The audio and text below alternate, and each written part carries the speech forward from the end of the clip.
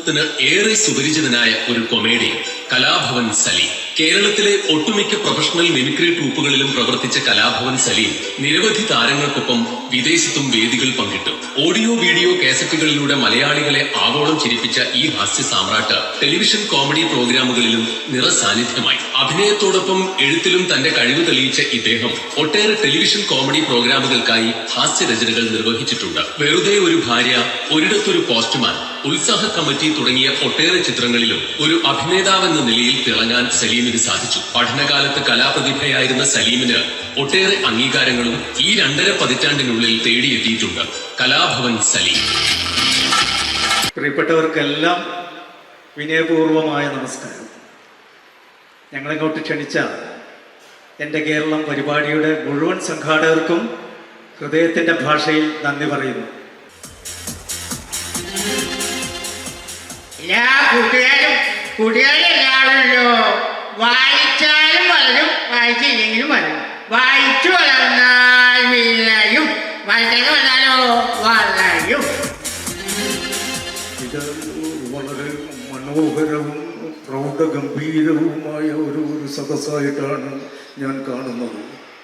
ഇവിടെയുള്ള മുഴുവൻ ആളുകൾക്കും ഈ സർക്കാരിൻ്റെ 4ാം വാർഷിക ആഘോഷത്തിനും എൻ്റെ ആശംസകൾ കൈമാറുകയാണ്. ഏറ്റവും നന്നായി ഈ ആഘോഷത്തിൽ പങ്കെടുക്കുന്ന എൻ്റെ എല്ലാ പ്രിയപ്പെട്ട സഹോദരന്മാർക്കും എൻ്റെ വക ആശംസകൾ. ഇനി വേറെ ആരുടെയെങ്കിലും ആശംസകൾ ഉണ്ടോന്ന് എന്നോട് ചോദിക്കരുത്, എനിക്കറിയില്ല സത്യം. പൊന്നെ പോലത്തെ നെറ്റിയിലുണ്ടല്ലോ മഞ്ഞൾ വരക്കുറിച്ചാന്തു പൊട്ടും, ഇറൻമുടിയിലെണ്ണാമണം ചില നേരമാ തുമ്പത്തൊരു പൂവും, കയ്യിലൊരൊറ്റ കുപ്പി വളാമുഖം. എന്നെ പറ്റി എന്റെ പറഞ്ഞ് തല്ല, നിന്നെ കണ്ട് എന്റെ തലയിൽ തോന്നില്ലടി. അമ്പടി കഴിഞ്ഞു പവ ദേവഗീയുടെ നെഞ്ചത്ത് നീ കുതിരയല്ലേ. മോഹൻ നിന്നോട് എന്ത് തെറ്റാണ് ചെയ്ത്? നിന്നെ കാത്തോളെ. കുച്ചിപ്പുടിയുണ്ട്, ഭരതനാട്യമുണ്ട്, മോഹിനിയാട്ടമുണ്ട്. ചില കലോത്സവങ്ങൾ നടക്കുമ്പോഴേ സമ്മാനം കിട്ടാത്ത കുട്ടികളുടെ പേരൻസിൻ്റെ കരാട്ടയുണ്ട്, കുംഫുവുണ്ട്, കളരിയുണ്ട്. ഈ വീടും നല്ല നാടൻ ചീരയുടെ വിത്ത് കിട്ടുന്നു കേട്ടിട്ട് വന്നതാണ്. ഞങ്ങളുടെ കയ്യിലാണെങ്കിൽ കുറച്ച് കുമ്പളങ്ങ വിൽക്കാനുണ്ട്. ശേഖരന് വേണാവോ? ഒരു കാര്യം എന്നോട് ചോദിക്കാനുള്ളത് എന്നോട് ചോദിക്കാവൂ, അല്ലാതെ പഴയ കാര്യങ്ങളും ചരിത്രമൊക്കെ പറഞ്ഞ് എൻ്റെ പേര് കുതിര കയറാൻ വരണ്ട. അത് വലിയ സുഖമുള്ള കാര്യമല്ല.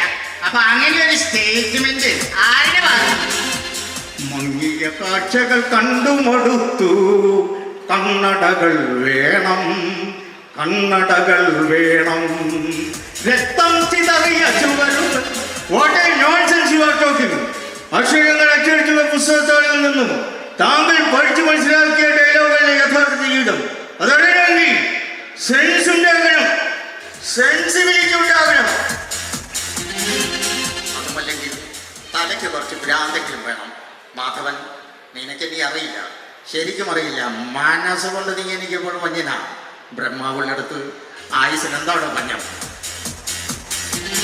വ്യക്തമാണ് താങ്കളുടെ അഭിപ്രായം. അവസാനമായി അഡ്വക്കേറ്റ് ജയശങ്കറിലേക്ക്. അഡ്വക്കേറ്റ് ജയശങ്കർ, എങ്ങനെയാ വിലയിരുത്തുന്ന ഇവരുടെയൊക്കെ പ്രതികരണങ്ങൾ? എന്താണ് താങ്കളുടെ അഭിപ്രായം? അല്ല, അതിപ്പോ അവരുടെ അഭിപ്രായത്തെ കുറിച്ച് ചോദിച്ചാൽ എനിക്കൊന്നും പറയാനില്ല. കാരണം അത് അവരുടെ അഭിപ്രായമാണ്. എനിക്ക് എട്ടതായിട്ടുള്ള അഭിപ്രായം ഞാൻ പിന്നെ പറയാം. ഇവിടെ പല പ്രശ്നം. ഈ നരേന്ദ്രപ്രസാദ് എന്താ പറഞ്ഞ അതല്ല പ്രശ്നം, ഇന്നസെന്റ് എന്താ പറഞ്ഞ അതുമല്ല പ്രശ്നം. പിന്നെ എന്താണ് പ്രശ്നം? ഒരു പ്രശ്നമില്ല, അതാണ് പ്രശ്നം. വളരെ നന്ദി. പ്രശ്നങ്ങളില്ലാതെ ചർച്ച അവസാനിച്ചത്.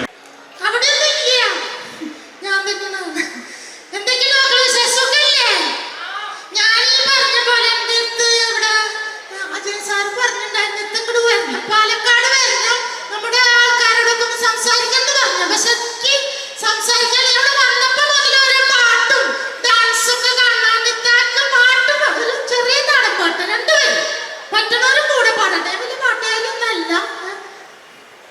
നിന്നെ കാണാൻ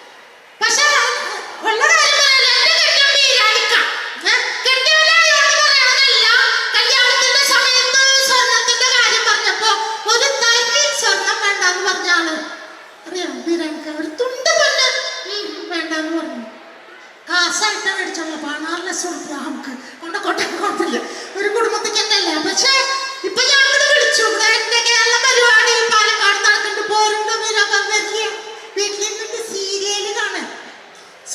സീരിയല് കണ്ടോട്ടെ, അതല്ല പ്രശ്നം. ഈ സീരിയല് കണ്ടിട്ട് കിടന്ന് ഇങ്ങനെ നല്ല ഒളിക്കുക, കിടന്ന് കരയാ. എനിക്കിത് കാണുമ്പോ ചിരിയാ വരും. സീരിയലിന്റെ പരസ്യം കാണുമ്പോഴാണ് ഭയങ്കര രസം. സീരിയലിന്റെ പരസ്യം കേട്ടിട്ടില്ലേ? മലയാള ടെലിവിഷൻ സീരിയൽ ചരിത്രത്തിൽ വീണ്ടും ഒരു പെണ്ണിന്റെ തേങ്ങൽ. തിങ്കൾ മുതൽ വെള്ളി വരെ നിങ്ങളുടെ സ്വന്തം ടി വിയിൽ രാത്രി 9:30 മുതൽ 10:30 വരെ മറക്കാതെ കാണുക. രാമനെ സ്നേഹിച്ച്, രാഘവനെ വഞ്ചിച്ച്, രാജപ്പനെ കല്യാണം കഴിച്ച്, രാജുവിൻ്റെ കുട്ടിയെ പ്രസവിച്ച്, ഇപ്പോൾ രജിത്തിന്റെ കൂടെ കഴിയുന്ന ഒരു പാവം പെണ്ണിന്റെ സന്തോഷ കണ്ണീരിന്റെ കഥ. അവൾ പവിത്രയാണ്, അവൾ പവിത്രയാണ്. മിമിക്രിക്കാരുടെ ഇടയിൽ നിന്ന് വളർന്നു വന്നൊരു കലാകാരൻ സിനിമയിലെത്തി, സാജൻ പള്ളുരുത്തി. അദ്ദേഹം ആക്ഷൻ ഹീറോ ബിജുവില് ഓട്ടോ ഡ്രൈവറായിട്ട് അഭിനയിച്ച ആ ഒരു സീക്വൻസ് 2 മിനിറ്റ് അതൊന്ന് നമുക്ക് കാണാം. വരും സാജൻ പള്ളുരുത്തി.